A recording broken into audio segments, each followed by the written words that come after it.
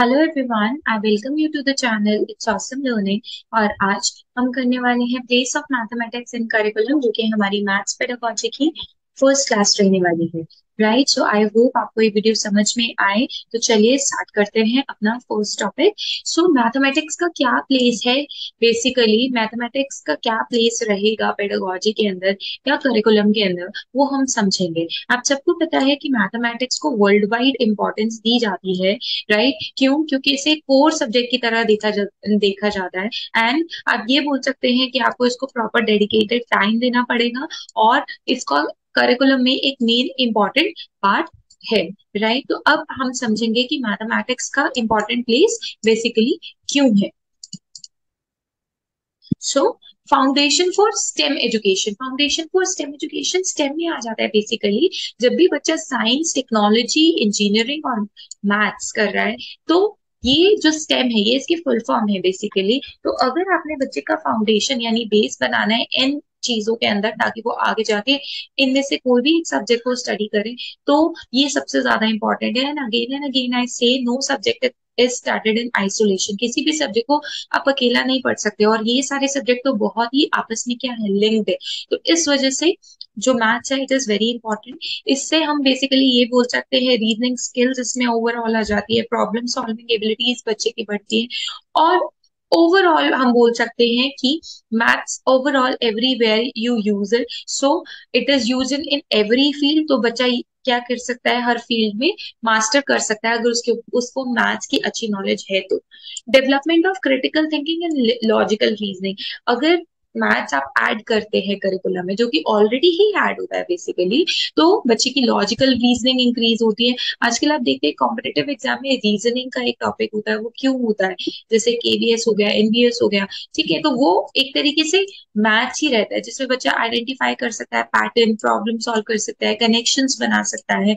Right, जैसे कि एक बच्चा इतने बजे आया तो दूसरा बच्चा कितने बजे आएगा, तो वो पूरा प्रॉब्लम दिया होता है। इससे क्या रहेगा ना, बच्चे की जो मैथमेटिक्स स्किल्स हैं वो उसे रीजनिंग में भी फॉलो करेगा, और इस तरीके से उसका जो मेंटल मैच होगा वो भी एडवांस होगा। Right, so the next is real world application. ठीक है, रियल वर्ल्ड एप्लीकेशन ये बताता है कि रियल वर्ल्ड में भी मैथ्स की बहुत ही ज्यादा इंपॉर्टेंस है। ये सब आप जानते हैं।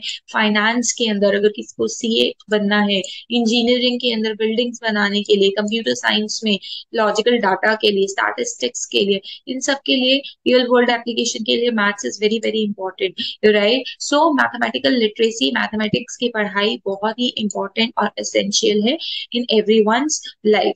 Right, so that's why we are reading कि क्या प्लेस है बेसिकली मैथमेटिक्स का।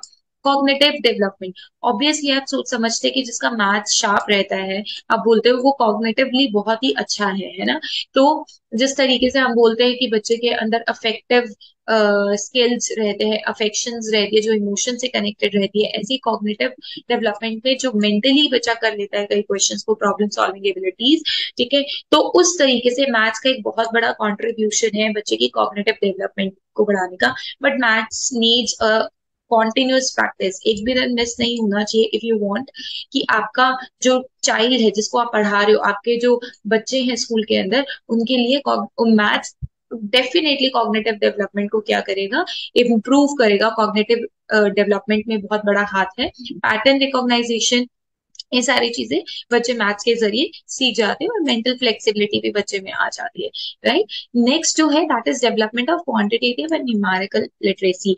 क्वांट और न्यूमेरिकल लिटरेसी की भी डेवलपमेंट होती है बच्चे में। बेसिकली बच्चा डाटा को एनालाइज कर पाता है, ग्राफ्स को अंडरस्टैंड कर सकता है, चार्ट्स को अंडरस्टैंड कर सकता है, प्रिडिक्शंस कर सकता है। दो चार्ट दे दिए और आपने उसमें पॉपुलेशन दे दी, तो आप उसको पॉपुलेशन को देखकर ही पहचान सकते हैं कि बेसिकली इस तरीके से पॉपुलेशन ग्राफ बढ़ रहा है या डिक्रीज हो रहा है। तो इस तरीके से बच्चा प्रिडिक्ट कर सकता है। तो ये सारे स्किल्स क्या है, ये एक तरीके से बच्चे की डिसीजन मेकिंग को भी इम्प्रूव करते हैं। राइट, तो इसी वजह से इंपॉर्टेंट है मैथमेटिक्स का रोल, जो कि डेली लाइफ में it's very very important. Promoting systematic and analytic thinking, systematic thinking करना बच्चा सीखता है, एनालिटिक थिंकिंग करना बच्चा सीखता है।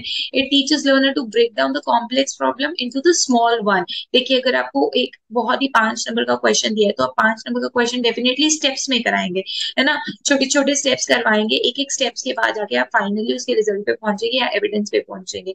इस तरीके से आप मैथ्स में क्या करते हैं, छोटे छोटे चंक से स्टार्ट करके हर एक स्टेप्स को क्लियर करते हुए, एनालाइज करते हुए, अटेंशन देते हुए आप क्या करेंगे, मैथ्स को सिखाएंगे। और अगेन मैथ्स क्या करेगा, आपकी एनालिटिक थिंकिंग को बढ़ावा देगा और सिस्टमैटिक थिंकिंग को इंक्रीज करेगा, राइट।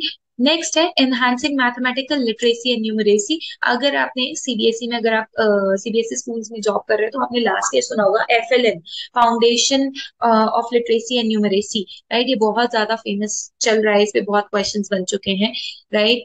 सो इसमें बेसिकली क्या है कि हम बच्चे को नंबर्स कि वो लर्न करना सीख जाए, एडिशन और नंबर्स की नॉलेज हो, मल्टीप्लिकेशन सब्ट्रैक्शन, जो एडिशन मल्टीप्लिकेशन सब्ट्रैक्शन तो बेसिक है, बच्चे को आना ही चाहिए, जो कि फर्स्ट सेकंड क्लास के बच्चे को एडिशन और सब्ट्रैक्शन आना चाहिए। तो इस वजह से हम मैथमेटिकल लिटरेसी और न्यूमरेसी को बहुत ज्यादा बढ़ावा देते हैं, जो कि अकॉर्डिंग टू द टाइम बड़ी क्लासेस में उस तरीके से हम क्या होता है, वो और भी उसका लेवल इंक्रीज हो जाता है। तो जब भी हम मैथ्स को करिकुलम में ऐड कर रहे हैं तो उसका ये बढ़ावा होता है कि वो बच्चे की मैथमेटिक्स लिटरेसी, मैथमेटिक्स के लिए उसका प्यार और न्यूमरेसी अपने आप ही इंक्रीज हो जाएगी अगर वो प्रैक्टिस करेगा, और उसकी क्रिटिकल थिंकिंग डेवलप होगी।